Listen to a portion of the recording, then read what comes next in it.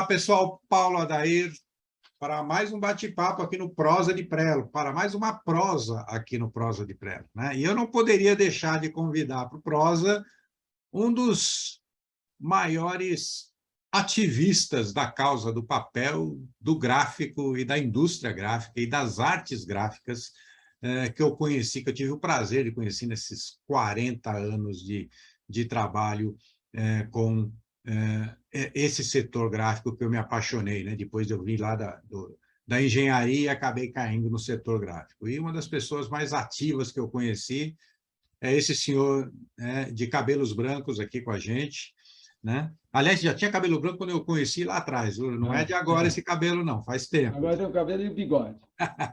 É isso. Que é Fábio Mortara, né? Country Manager da Tussides Brasil e da Tussides Latinoamérica, que está aqui para bater um papo com a gente, contar um pouco dessa história fantástica dele, que se mistura com a história do próprio mercado gráfico, né? Desde as entidades que ele participou, de praticamente todas as entidades do setor que ele participou, que ele teve participação importante, e a partir de um tempo para cá, de 2014 para cá, assumiu a causa da defesa do papel, né? Combatendo o greenwashing que acontecia sistematicamente até então e que, graças ao Tussides, teve uma resposta à altura e uma defesa enfática da parte dessa entidade. Fábio, é um prazer recebê-lo aqui no Prosa de Prelo, nosso novo canal aqui, não é um canal, é uma playlist, né? Onde a gente só entrevista as sumidades, as personalidades e as autoridades e as lendas, né? E as lendas também do mercado gráfico aqui. Muito prazer em recebê-lo aqui, é um prazer. O prazer é todo meu, Paulo, muito obrigado pelo convite, é sempre um prazer enorme. Parabéns pelo novo nome escolhido, Prosa de Prelo. Muito contente de estar aqui com você e com quem nos assiste. Então, começando falando de sistema de representação gráfica, né? Eu comecei como conselheiro fiscal do sistema Bigraf, acho que eram, em geral, tudo junto, né? E aí mandaram um balanço de alguma das entidades, eu digo, espera um pouquinho e tal, e aconteceu aquela história. Depois, aí me chamaram para dirigir... não, antes disso, o Adolfo Sirico sabia que nós estávamos começando, a Paper era pioneira, lembra? Primeiro de impressão laser, né? Em 88, tinha poucas impressoras laser no Brasil, né? Era tudo matricial. E foi aí que a gente se aproximou muito, né? Por causa da Publish e tudo mais. Mais para 90, foi isso, né? Mais foi de 90. 90 foi a nossa primeira... A Publish foi 91, mas o Infograph foi 90. Então 90, pois é. Na verdade, o primeiro Infograph foi em 90, aí em 91 teve o Infograph e teve o Color Print do Ismael Guarnelli, né? E também em 91 teve a primeira edição da Publish ainda com o João Vitor Longo. Depois passou para a CWB, e depois passou em 92 para a CWB, e aí começou de novo o número 1 da Publish em 92. Então, em 91 teve 3 edições da Publish, e em 92 teve 3 edições iniciais da Publish também. Ela recomeçou a numerar, e foi essa sequência. Foi o Infograph, depois o Infograph, o Color Print, a Publish e a Publish CWB. Então, essa foi a sequência dos eventos e revista aqui no Brasil.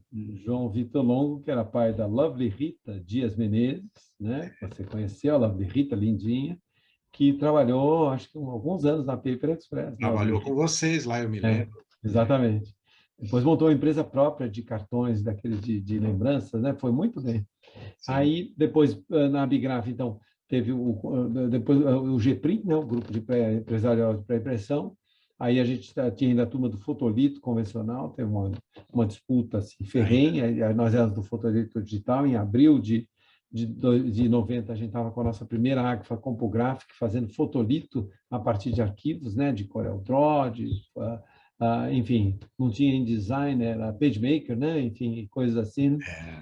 Então, isso chamou a atenção, né, do pessoal. Quark Express, né, logo depois veio o Quark Express, ou Visionary, se você fosse do Burt, né? E o Bruno era um dos poucos, meu irmão, era um dos poucos que sabia transformar um Quark Express um Visionary num Quark Express, e aí começava a vir as agências de propaganda lá na Rua Augusta, na Paper, para a gente imprimir. O próprio Burt, durante 2 anos, todos os arquivos de Corel ele mandava na Paper, né? Aí, quer dizer, os dois irmãos começaram a mostrar que eram um pouco diferentes, né? E eu, nessa área institucional, fui subindo. O GPRIM começou a fazer festa de fim de ano patrocinada, né? Um grupo empresarial, né, que tinha até festa de fim de ano em lugares chiques e tudo mais. O pessoal falou, opa, esse cara aí gosta de agitar e sabe articular e tudo mais. Aí me chamaram para diretor, primeiro Conselho Fiscal, depois diretor financeiro das 3 entidades, né, da BTG, do Sindigraf e da Abigraf, as 4 entidades, aliás, nesse tempo. Aí o cargo da BTG ficou vago, o Hamilton era presidente do conselho, falou, Mário, Alfred, enfim, pediu desculpas a todos, disse, vou puxar o Fábio, tá? Eu sei que esse cara é bom, nós éramos colegas de Fundação Getúlio Vargas, de EASP, né? Ele já tinha me visto como orador da turma e tal, já sabia que eu tinha essa coisa meio de líder, e aí fui para a BTG, né? No lugar do Joia, que foi nesse caso demitido mesmo foi destituído pelo conselho, né? No caso é eleito, né? Então foi enfim, forçado a renunciar.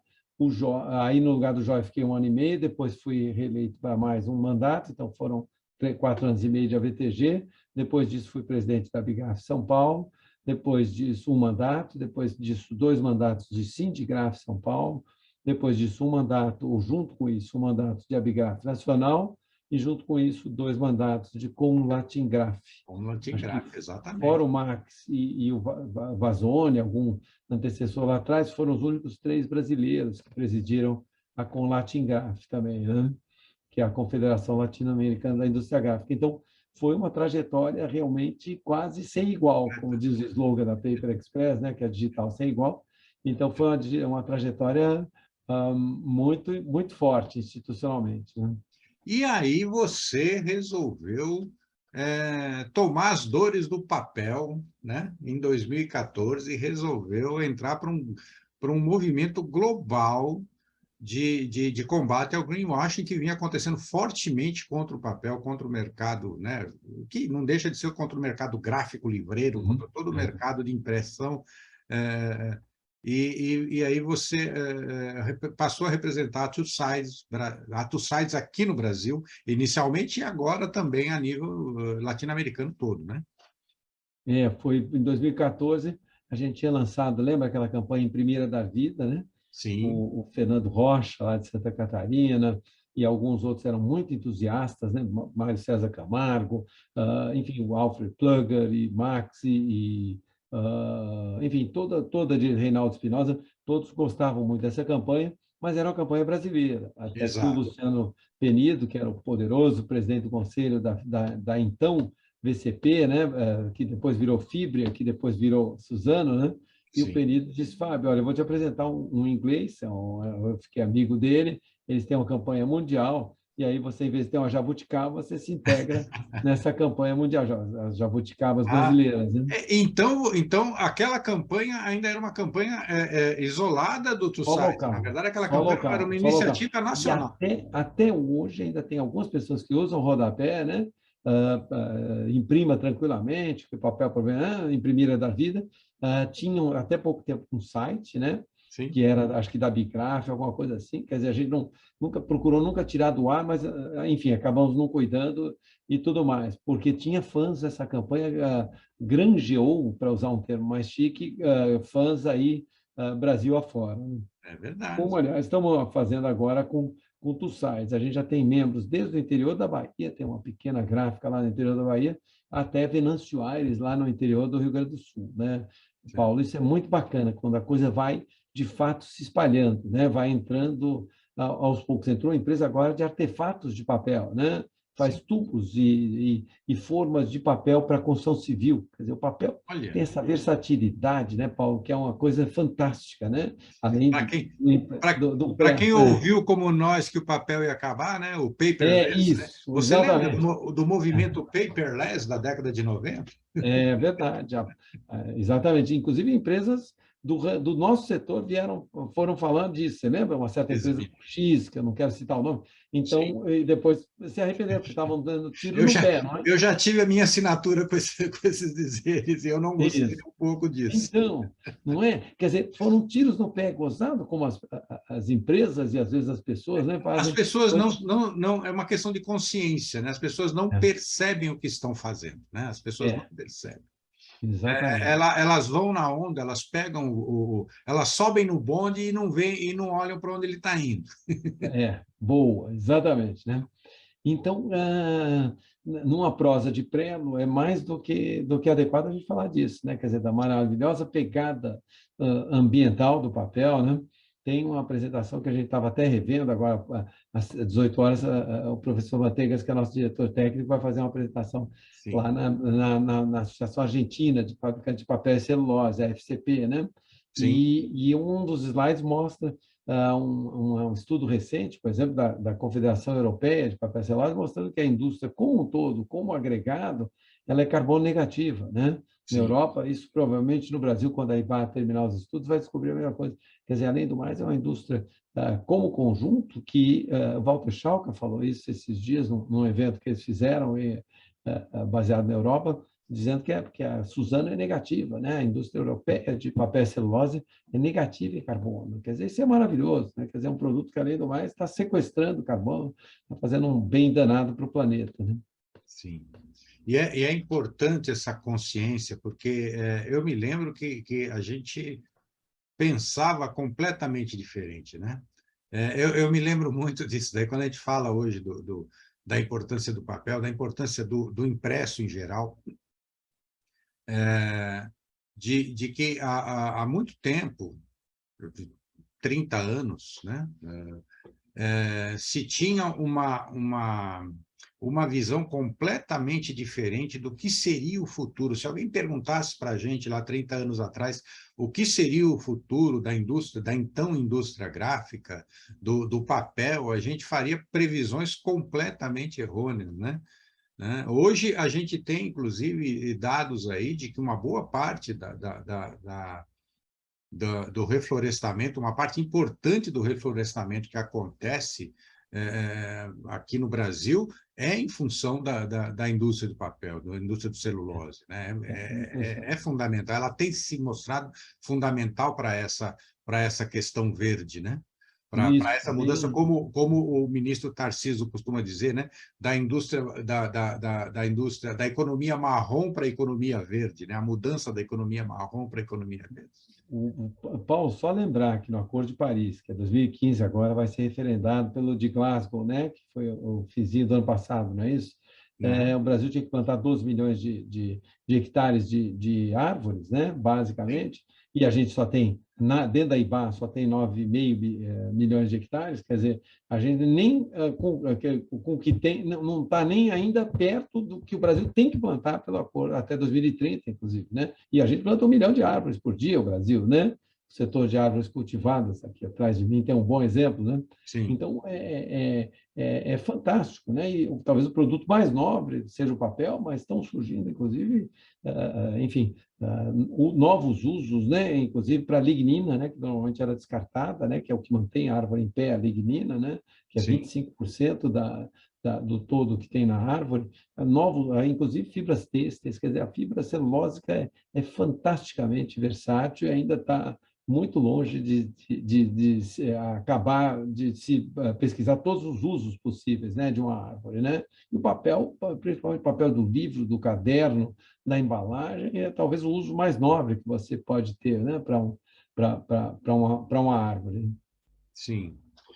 Mas você, Fábio, você citou aí várias entidades que você participou, que você dirigiu, que você esteve na diretoria, mas eu senti falta aí de um grupo que você participa lá na Fiesp também, não foi? Você participou ou ainda participa lá na Fiesp, né? Na Fiesp, eu fui, vamos dizer, talvez o principal, quem liderou esse processo de criação do Copagrem, né, que é o Comitê Sim. de Cadeia Produtiva da Indústria Gráfica e de Embalagem, né?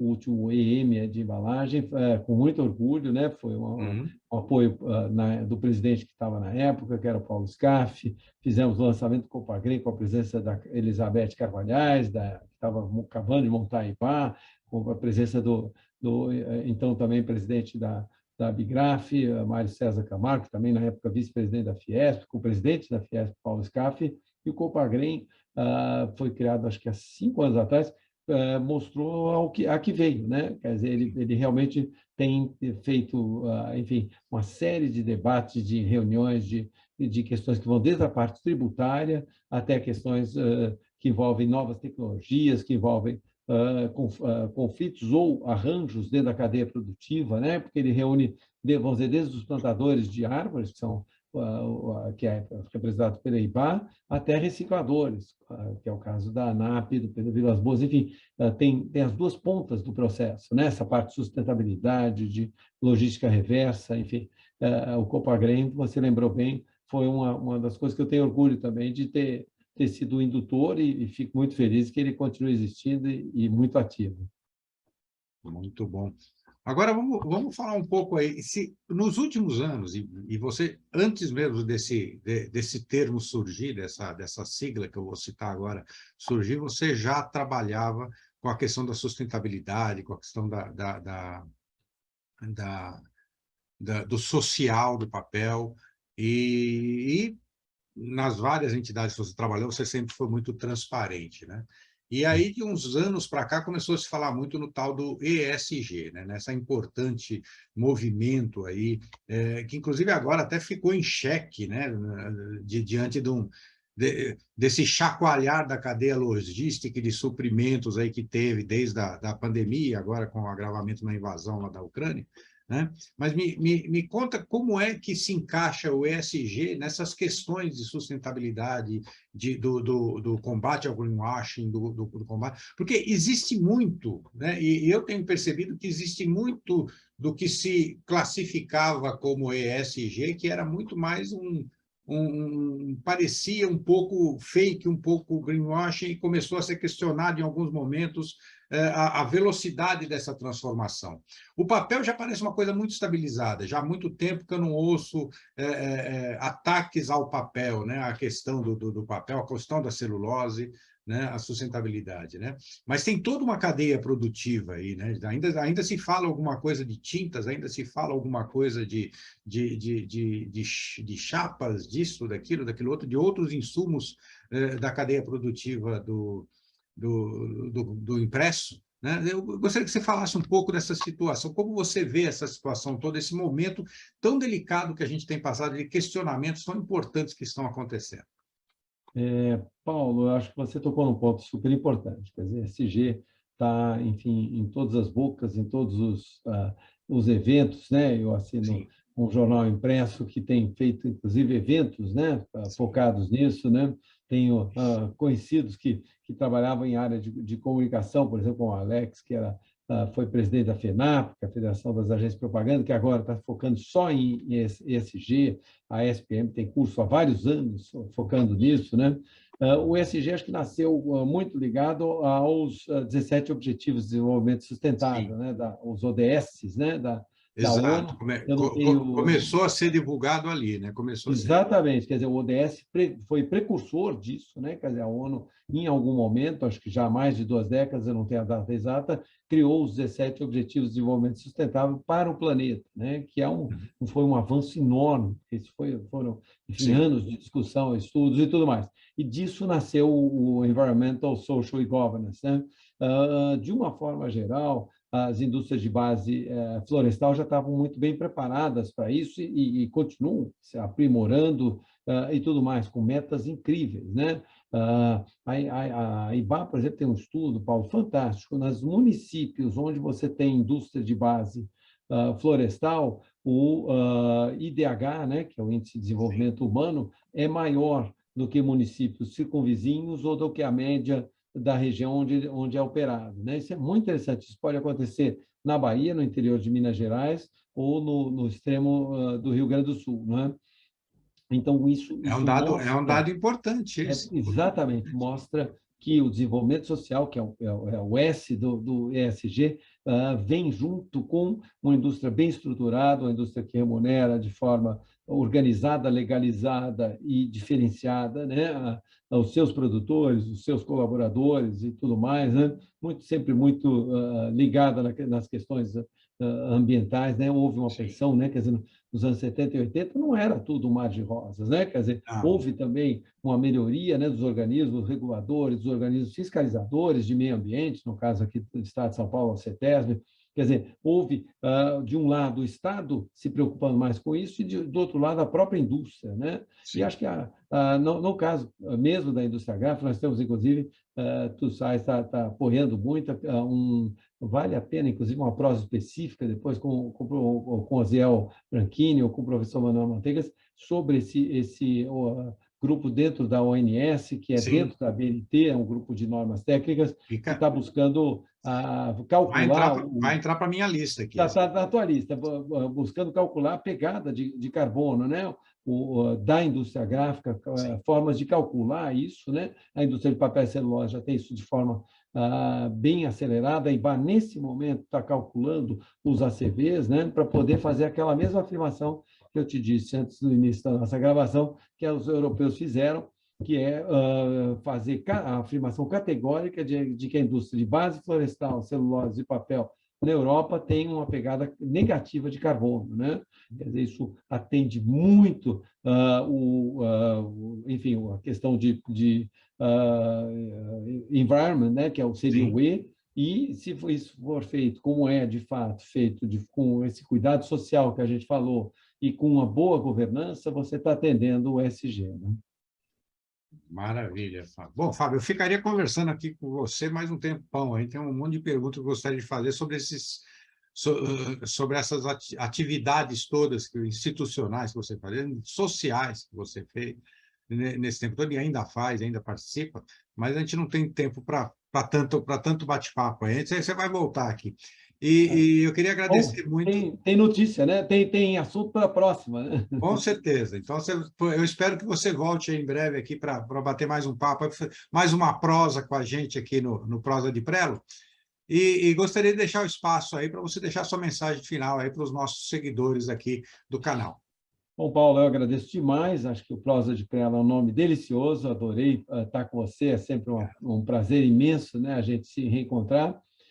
Eu acho que para quem está nos assistindo, fica a mensagem dessa, enfim, maravilhosa pegada ambiental do papel, né? Dessa, enfim, fantástica trajetória do papel que mudou os rumos enfim, da própria humanidade, né? Quer dizer, através da cultura, da informação, do divertimento, do lazer. A gente fez, só para completar, um rápido plim-plim, fizemos agora, dia 2 de junho, um evento que já ultrapassou os 4.000 visualizações, né? Sim. Se chama Cognição em mundo multiplataforma. Vamos deixar o link aqui, vamos deixar o link. Depois eu vou deixar o link, tá no YouTube e no Facebook e tudo mais, e está sendo super visualizado, né? É muito prazeroso para nós, né? Onde a professora Isabel Falé e mais 2 cientistas mostraram como é fundamental o papel para a aprendizagem, né? Através dos cadernos, e para a retenção de conhecimento através dos livros, né? Então, o papel ainda tem uma vida muito longa e muito importante, né? Para a gente, para o planeta e para a civilização, né? Para o mundo civilizado. Bom, obrigado, Fábio. Obrigado, bom, pessoal. Esse foi Fábio Mortara, Country Manager do Two Sides, Brasil e Latinoamérica, né? Um ativista das entidades, um incentivador das entidades, do associativismo aqui no Brasil, um militante das causas do papel e das artes gráficas, né? Há muito tempo, veio falar com a gente aqui no Prosa de Prelo. Se vocês gostaram, deem seu gostei, deem seu não gostei, se viram alguma coisa que a gente pode melhorar. Se ainda não se inscreveram no nosso canal, inscrevam-se no nosso canal, ative as notificações para serem avisados dos próximos bate-papos aqui do Prosa de Prelo, do Papo Net, das nossas lives.